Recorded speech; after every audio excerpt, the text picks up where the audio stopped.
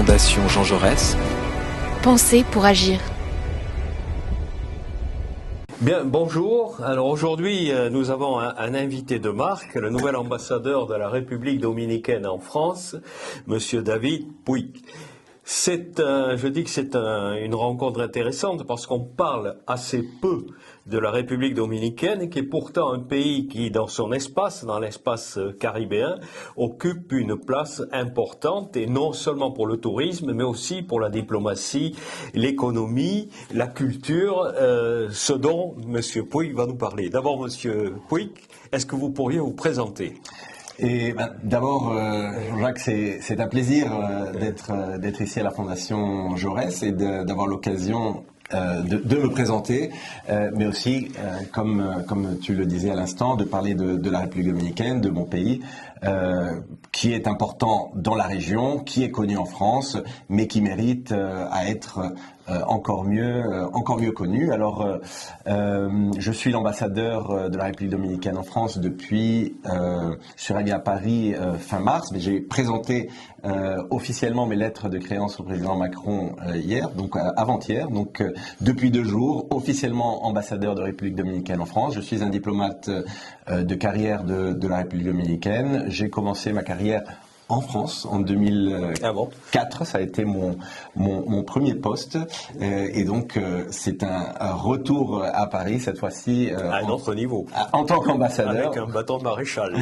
En tant qu'ambassadeur, et tout au long de ma carrière, j'ai servi au Moyen-Orient et en Asie. Surtout, et dans des pays francophones. Alors j'ai fait 2 fois l'Inde, une première fois en 2006 et mon premier poste d'ambassadeur de 2020 à 2024. Donc je connais bien cette région du monde, l'Égypte, et après les pays francophones, donc 2 fois la France et la Belgique, et ça c'est dû au fait que je suis parfaitement francophone. J'ai fait des études en France de sciences politiques et à l'Institut d'études politiques et de philosophie à la Sorbonne. Donc j'ai un peu de casquettes et spécialisations, les pays francophones et le Moyen-Orient et l'Inde. Bon, vous êtes certainement le meilleur des médiateurs possibles entre les 2 pays. Mais c'est sur la République dominicaine que j'aimerais vous entendre. Est-ce que vous pourriez, il y a beaucoup de Français qui connaissent essentiellement votre pays pour le tourisme, mais est-ce que vous pourriez nous en faire une brève présentation, le plus synthétiquement possible, mais aussi la plus complète possible? Ah, ça c'est un défi. Alors c'est vrai que déjà la République dominicaine est surtout connue en France de par le tourisme. C'est une destination prisée des vacanciers français. L'année dernière, on était à, je pense, 250 000 visiteurs. Donc, et c'est un chiffre qui est constant. Certaines années plus, certaines années moins. Cette année, la République dominicaine est le pays invité du Salon du tourisme IFTM en France. Donc, vraiment, on fait un grand effort pour que la République dominicaine soit connue en France et continue à être choisie par les vacanciers français. Alors, la République dominicaine, c'est aussi une histoire. C'est un pays qui se situe au cœur des Amériques, dans la région caribéenne, mais aussi d'Amérique centrale et de l'Amérique latine. Donc on a cette double identité caribéenne et latino-américaine. Alors nous avons obtenu notre indépendance en 1844. Avec une particularité. Avec une particularité, c'est vrai, par rapport aux autres pays d'Amérique latine, qui ont obtenu pour la plupart d'entre eux leur indépendance de la métropole qui était l'Espagne. La République dominicaine a obtenu son indépendance d'Haïti, qui avait, s'était installé dans la partie orientale de l'île de l'Hispaniola, qui est aujourd'hui la République dominicaine, en 1822, et en 1844, alors nous avons obtenu notre indépendance. Et peut-être un petit mot sur cette particularité de la République dominicaine, qui partage une île avec un autre pays. C'est un fait extrêmement rare dans le monde. Il y a très peu de pays qui ont cette situation, et ça c'est vraiment le résultat, disons, de l'histoire coloniale. Dans toute la Caraïbe, il y a eu plusieurs puissances coloniales qui se sont installées et un peu partagé les différentes îles. Et l'île de l'Hispaniola a été partagée par les Français et les Espagnols. Et donc la partie occidentale, la partie ouest de l'île a été une colonie française, qui est aujourd'hui Haïti.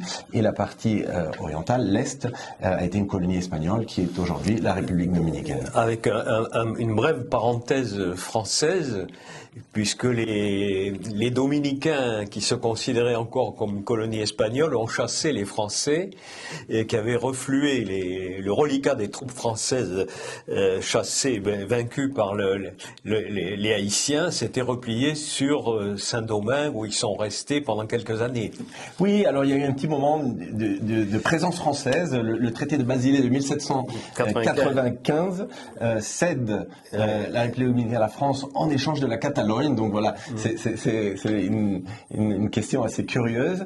Et jusqu'en 1808, disons que pas de façon continue, mais la France est présente sur la partie qui est aujourd'hui la République dominicaine.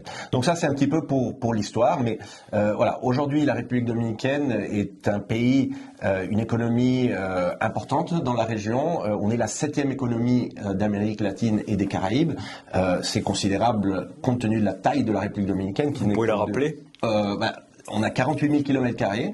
C'est un peu plus que la Suisse. Oui, c'est un peu plus que la Suisse et 11 millions d'habitants.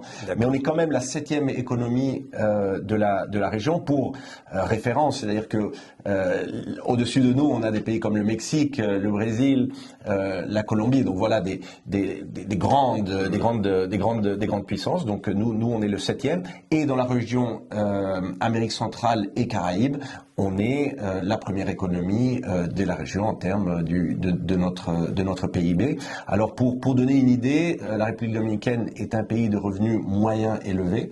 On a un produit intérieur brut par personne qui tourne autour de 11 000 dollars.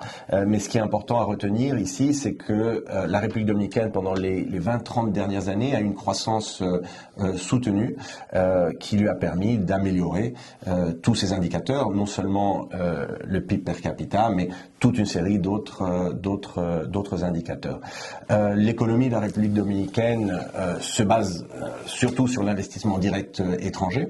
L'avantage d'investir en République dominicaine, c'est que nous avons un traité de libre-échange avec les États-Unis. Donc de nombreuses compagnies dans le secteur de la manufacture, dans le secteur minier, dans le secteur des énergies, investissent en République dominicaine. À part ça, le secteur tourisme est un secteur extrêmement porteur et dynamique. On a reçu l'année dernière entre 10 et 11 millions, plus de 10 millions de touristes. Et traditionnellement, et ça reste un secteur important, l'agriculture. Vous avez un accord avec l'Union européenne également. Nous avons également un accord qui est un accord aussi de libre-échange entre les pays de la Caraïbe et l'Union européenne. Donc ce n'est pas un traité, disons, bilatéral direct entre l'Union européenne et la République, mais c'est un accord en tant que groupement régional avec l'Union européenne, ce qui permet à nos produits agricoles d'entrer dans le continent européen avec des avantages. Et avec la France, vous me disiez que les échanges économiques étaient modestes, commerciaux, mais que la France était souvent sollicitée pour des grands projets d'infrastructure. Oui, alors en termes commerciaux, on a fait l'année dernière, je pense, autour de 350 millions de dollars, avec une balance commerciale légèrement favorable à la France. La République dominicaine exporte surtout en France des produits agricoles, donc du cacao, des bananes organiques, du tabac, des cigares, etc. Mais le nerf, la partie importante de notre relation, ce sont surtout les grands projets d'infrastructure que la France réalise en République dominicaine, mais aussi des compagnies françaises qui ont investi dans des secteurs importants, comme la gestion des aéroports, comme la gestion des eaux, comme les énergies renouvelables. Seulement pour citer un ou deux exemples, la France par le biais d'un consortium avec l'entreprise Alstom, Thales, a construit les premières lignes du métro en République dominicaine. Oui, c'est un fait qui est quand même révélateur de la place de l'économie dominicaine dans la région. C'est un des rares pays de la région, je crois qu'à Panama, à avoir un métro dans sa capitale. Oui, un métro en expansion en plus. Donc il faut voir que la capitale... Il y a combien de lignes? Il y a combien de trois lignes, je pense. D'accord. 3 lignes. Et c'est un métro qui est en expansion. Et il faut voir que Saint-Domingue a plus de 3 millions d'habitants. Donc c'est vraiment une très grande métropole. Les compagnies françaises ont aussi participé à la construction de téléphériques qui servent à relier différentes parties qui étaient enclavées de la ville. Donc vraiment une contribution majeure au développement urbain en République dominicaine. Et lorsque les présidents Abinader et Macron se sont rencontrés récemment en marge du sommet des océans à Nice, ils ont évoqué la possibilité d'un nouveau grand projet urbain financé par la France, qui est celui d'un train léger qui veut relier l'Est et l'Ouest de Saint-Domingue pour être complémentaire au réseau d'infrastructures qui existe déjà. Donc il n'y a pas seulement ce qui s'est fait, mais il y a aussi les projets qui sont... Je voudrais dans la deuxième partie de notre entretien mettre l'accent sur 3 problèmes qui dépassent la République dominicaine, mais dans laquelle elle est impliquée et qui, quelque part, montrent que ce pays a un rôle et un poids relatif qui dépasse celui de sa superficie, du nombre de ses habitants. La tenue en fin d'année d'un sommet des Amériques dans la capitale, Santo Domingo, le dossier difficile du Venezuela, dans lequel également il y a eu une initiative ou des initiatives de votre pays, et pour terminer celui de Haïti, au-delà des circonstances historiques que nous avons évoquées tout à l'heure. Bien, le sommet des Amériques, qu'est-ce que ça représente pour la République dominicaine, le fait d'organiser un sommet des Amériques à Saint-Domingue? Alors,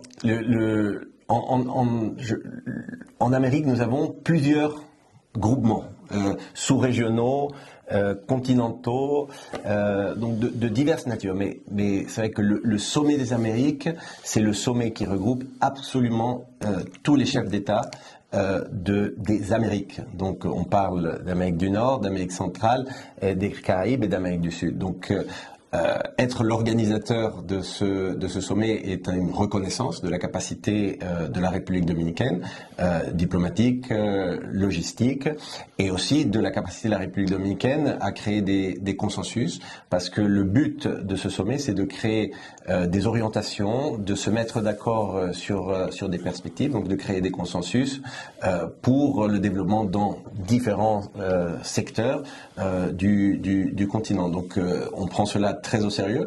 Ce n'est pas une tâche facile, parce que on le sait, c'est vrai que l'Amérique latine a peu de conflits. C'est une zone de paix. Si on compare la région, l'Amérique latine et les Amériques au reste du monde, mais en même temps, nous avons des gouvernements de tendances politiques différentes, et dans un sommet de cette nature, il faut arriver à composer avec diplomatie entre. Est-ce que vous recherchez une présence de tous les pays, ou certains, pour des raisons diverses, ne pourront pas y assister? Alors nous recherchons une présence de tous les pays, mais il y a des pays qui se sont eux-mêmes exclus, disons, du consensus des Amériques, et dont la participation ne sera pas assurée. Mais l'idée, c'est notre motto pour ce sommet, c'est que ça soit un sommet qui prennent en sérieux la question de la sécurité, la soutenabilité et la prospérité continentale. Donc voilà, on parle de tout le continent, et l'idée, c'est que tous les pays soient présents. Et est-ce que vous essayez ou est-ce que vous savez déjà si les États-Unis seront représentés par le président Trump? Alors tous les présidents sont invités. Sont invités. Notre président espère que le président Trump sera présent. Alors à l'heure actuelle, au moment, nous n'avons bien sûr pas de confirmation, mais depuis l'entrée au gouvernement de l'administration Trump, notre administration a eu de nombreux échanges avec l'administration Trump. Notre ministre a rencontré plusieurs fois le secrétaire d'État. Lors du premier voyage du secrétaire d'État Rubio en Amérique latine, il a choisi la République dominicaine comme un des 3 pays où il s'est rendu.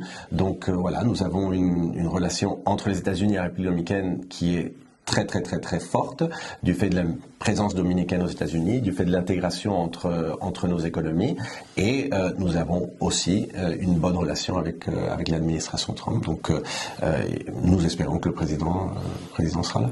Alors maintenant, je voudrais parler d'une autre question qui est reliée à la première, puisque dans le sommet des Amériques, on va parler de sécurité. C'est la question vénézuélienne qui peut être analysée sous divers angles. La sécurité, puisqu'il y a actuellement un déploiement maritime militaire des États-Unis au large des côtes vénézuéliennes, ça peut être abordé sous l'angle des retombées migratoires. Je ne sais pas s'il y a des Vénézuéliens migrants actuellement à Saint-Domingue. Ça peut être abordé sous l'angle énergétique, des sanctions qui isolent le Venezuela du reste des pays des Amériques. Bref, il y a différents sujets. Il me semble que le gouvernement de la République dominicaine a essayé de trouver des voies de sortie diplomatiques. Oui, alors déjà la République dominicaine et le Venezuela ont aussi des relations historiques de proximité. Sont 2 pays dont les populations aussi ont pas mal d'affinités et de points communs. Et donc c'est vrai que la République dominicaine a à plusieurs reprises essayé de jouer un rôle, disons sinon de médiation, mais en tout cas de rapprochement des positions. Mais en ce moment, les relations entre la République dominicaine et le Venezuela sont plutôt distendues à la suite des dernières élections au Venezuela, parce que la République dominicaine n'a pas reconnu la légitimité de ces élections, comme d'ailleurs de nombreux pays d'Amérique latine et d'autres pays de la communauté internationale. Donc en ce moment, la République dominicaine ne joue pas ce rôle de médiateur et se situe plutôt parmi les pays qui ont une position critique, je dirais, par rapport aux autorités en place. Et est-ce que le Venezuela sera invité au sommet des Amériques Tous les pays sont invités au sommet des Amériques. Très bien. Et la dernière question, qui est peut-être une des plus importantes pour la République dominicaine, est celui des rapports avec Haïti, qui sont compliqués pour des raisons historiques déjà évoquées, mais qui le sont aussi pour des raisons migratoires liées à une gouvernabilité chaotique, chronique en Haïti. Et il y a un certain nombre de mesures qui ont interpellé certains observateurs, la construction d'un mur, qui donne l'impression que d'un point de vue, c'est pas propre au gouvernement actuel de la République dominicaine, ça remonte à plusieurs années, le rapport est plutôt celui d'une contention. Est-ce que vous acceptez mon commentaire ou est-ce que vous le contestez ou est-ce que vous proposez une autre lecture? Non, je pense que déjà voilà, nous sommes 2 pays qui partageons une île, qui partageons voilà d'une certaine manière un destin. C'est-à-dire que nous sommes 2 pays qui sommes amenés à partager l'île, à vivre ensemble. C'est vrai qu'au cours de l'histoire, comme on l'a évoqué au début, on a eu des moments difficiles, mais aussi des moments longs de bonne entente et de coopération. Je pense que ça, il faut toujours le signaler, parce qu'on tend à se focaliser sur les moments difficiles et les moments de crise. Alors, on est dans un moment de crise. Cette crise est surtout le fait de la crise, disons, économique et sociale et politique en Haïti. Ce n'est pas une crise nouvelle. C'est une crise qui remonte à l'instabilité de plusieurs décennies, qui s'est accentuée par le tremblement de terre dévastateur de 2010 et qui a pris un tournant, je dirais, encore plus compliqué et tragique avec le délitement des institutions politiques et de l'État haïtien qui est aujourd'hui le pays contrôlé et occupé par des éléments criminels. Alors, bien sûr, ça préoccupe la République dominicaine, c'est-à-dire que tout ce qui se passe en Haïti a des répercussions directes en République dominicaine. Donc, pour la République dominicaine, l'instabilité politique, le terme des gangs est une question de sécurité nationale, et le président Abinader et le gouvernement dominicain prennent ça très au sérieux, d'où les mesures que vous évoquez. Mais je pense qu'au-delà de ça, ce qu'il nous faut voir et ce que j'essaye toujours de mettre en avant, c'est de rappeler que nous sommes forcés à travailler ensemble. Pour la République dominicaine, la stabilité d'Haïti est essentielle. Nous le rappelons toujours dans les enceintes internationales, c'est-à-dire notre ministre, notre président, chaque fois qu'ils vont à l'Assemblée générale des Nations Unies, mettent l'accent sur cette question. La communauté internationale doit contribuer à la stabilisation d'Haïti parce que nous avons besoin d'interlocuteurs sérieux de l'autre côté. L'intérêt de la République dominicaine, c'est aussi la prospérité d'Haïti parce que c'est notre deuxième marché d'exportation. Nous avons beaucoup de choses que nous pouvons faire ensemble. Nos entreprises peuvent aussi investir en Haïti, développer des infrastructures en Haïti. Donc, nous pouvons coopérer en termes économiques. Et si on prend, par exemple, la question écologique, qui est une question centrale de notre temps, il est impérieux que l'on travaille ensemble, que l'on prenne soin de notre île ensemble. Nous avons des rivières à la frontière qui sont partagées, nous avons des écosystèmes partagés. Donc bien sûr, il nous faut un Haïti stable avec qui on puisse coopérer sur tous les plans. Et je pense que ça c'est l'horizon. Et pour revenir à la question migratoire, je pense qu'une fois qu'on aura un Haïti stable, un Haïti prospère, la pression migratoire sur la République dominicaine va diminuer, et cela contribuera aussi à ce qu'on puisse avoir de notre côté une politique migratoire beaucoup plus claire, avec tout en plus de contrôle aux frontières et tout en sachant exactement qui rentre et qui sort de la République dominicaine. Donc, je vois bien l'horizon, mais à court terme, est-ce que les autorités dominicaines ont des propositions concrètes pour essayer de débloquer la situation ? Alors oui, bien sûr. C'est-à-dire que sur le plan international, nous appelons au renforcement de la MSS. Nous pensons que c'est la communauté internationale unie qui doit contribuer à la solution de la situation en Haïti. La MSS est présente par le biais des soldats kenyans, mais c'est une mission qui n'a pas suffisamment de moyens humains et financiers. Donc cet appel est là à la communauté internationale à doter de plus de moyens d'action la MSS. Il faut commencer par ça, parce qu'il faut stabiliser le pays pour qu'on puisse avoir des élections et un regain de normalisation démocratique en Haïti.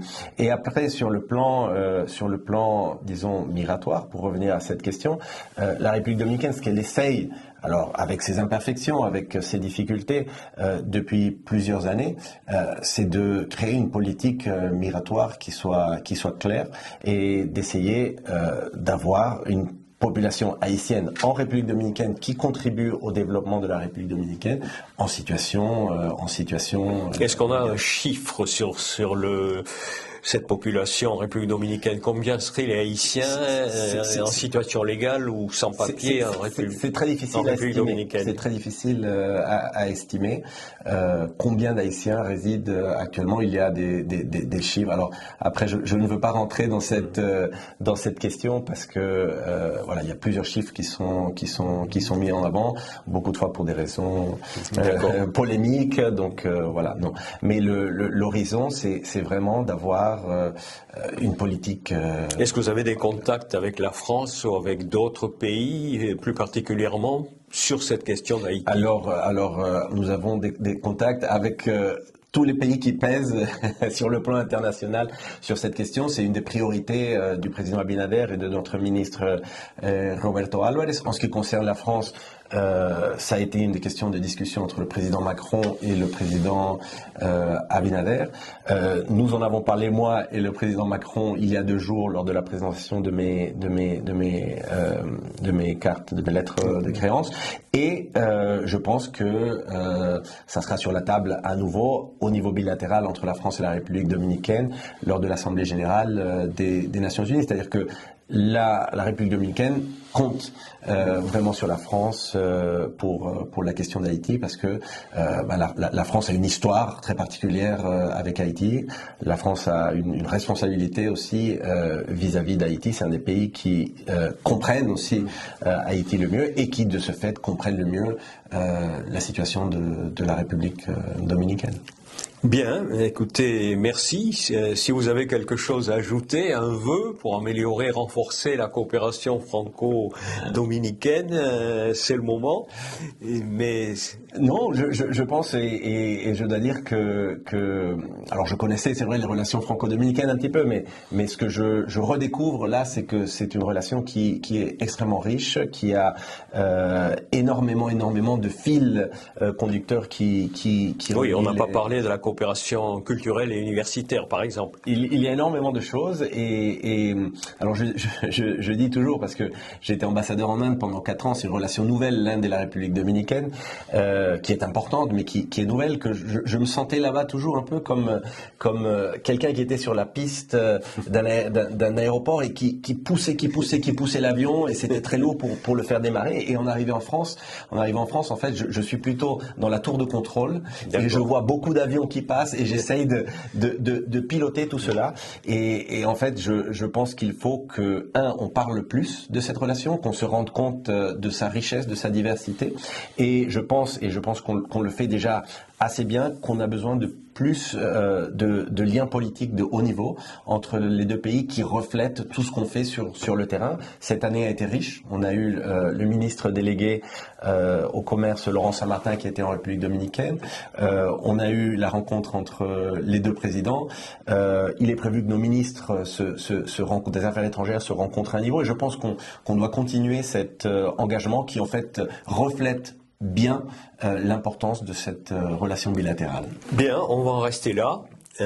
Merci, monsieur l'ambassadeur, et peut-être à bientôt dans quelques mois pour voir si vos vœux et vos intentions se sont réalisés, si on a une amélioration de l'amélioration, puisque la situation est relativement bonne, que vous avez trouvée en arrivant, et donc si on peut l'améliorer encore plus, on en reparlera peut-être à une autre occasion. Merci encore d'avoir accepté notre invitation. Merci beaucoup, c'était un grand plaisir et je serai heureux de vous retrouver dans quelques mois. Très bien.